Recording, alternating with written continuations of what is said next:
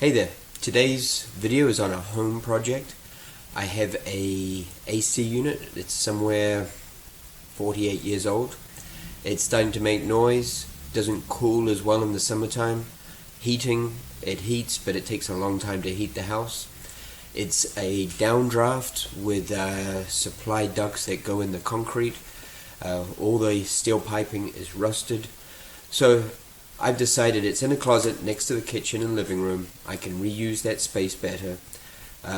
It would be expensive getting the ductwork re-sleeved. So I'm going to have it moved. They call it an attic flip, moved up into the attic.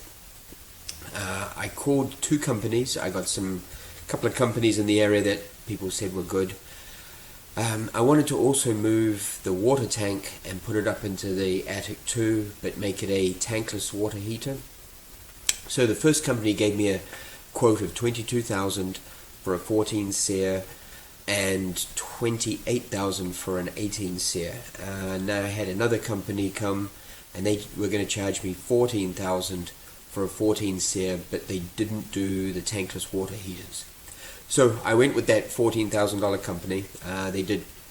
So I told them, hey, I want to save some money on it and I want to fill the remaining holes. So I did that, and we'll have some videos on that towards the end. So here's a video now of the space, what I've got now.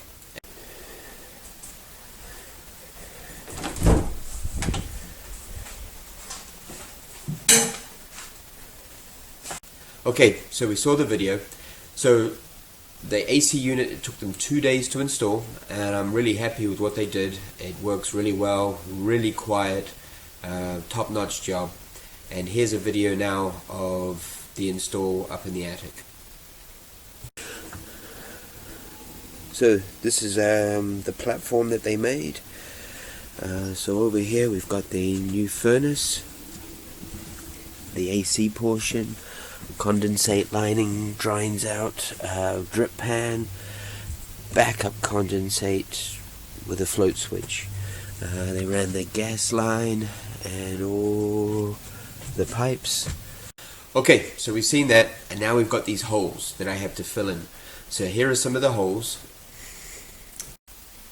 So as you can see, it's all rusty and nasty down in there.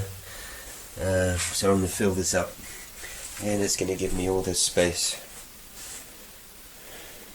So filling in the holes afterwards, I thought I could just put in rock, and the problem is the boxes where the registers go, the metal lip was higher than the concrete subfloor. So if I put concrete level with the subfloor, the metal would be showing, and I'd have to grind that off, and it would be a mess. So what I had to do was cut the boxes out, hammer them down. So it's kind of messy. I put some big rocks in, and then some small rocks, and then cement. Took me maybe all up maybe 2 hours. And then once I got that done, I put grout on, and I used grout because I wanted a material that I could easily chip off once I removed the tile. The tile's 48 years old. It screams 70s. It's really ugly. And you'll see some of that tile later when I show you the final video of the holes patched. Kind of a cool project. Anyway, I hope you enjoy, and just get going with it.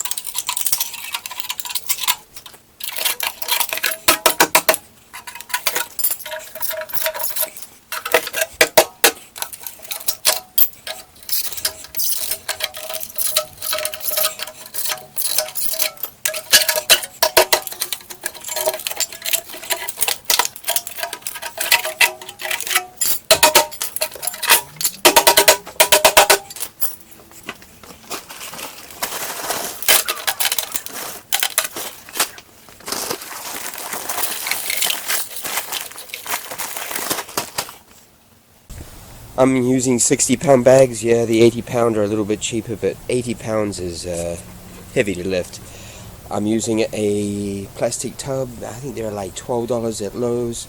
I've got a hoe, shovel to take water out with, and I start off with 2 quarts and then add a little bit. It says 2.5 quarts of water for a bag, but I found sometimes, depending on humidity, that can be a little wet. And sorry for the noise, but I'm going to put that up so you can see what I'm doing.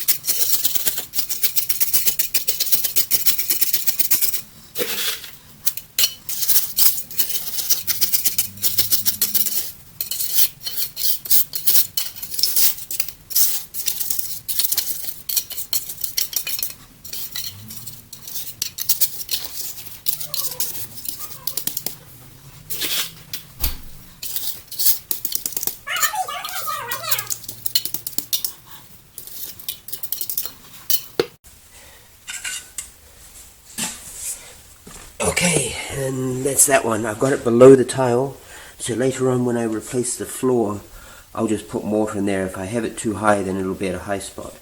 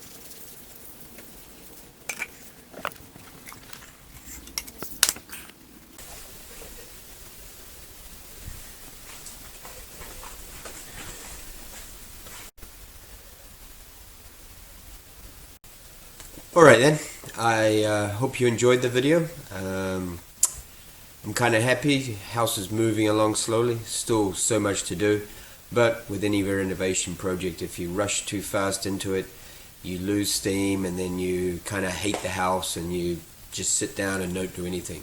So I'm taking my time, enjoying the house, enjoying actually moving to Oklahoma. It's kind of nice. Anyway, hope you enjoyed the video and it's useful for if you want to do an attic flip. Have a good night. Bye.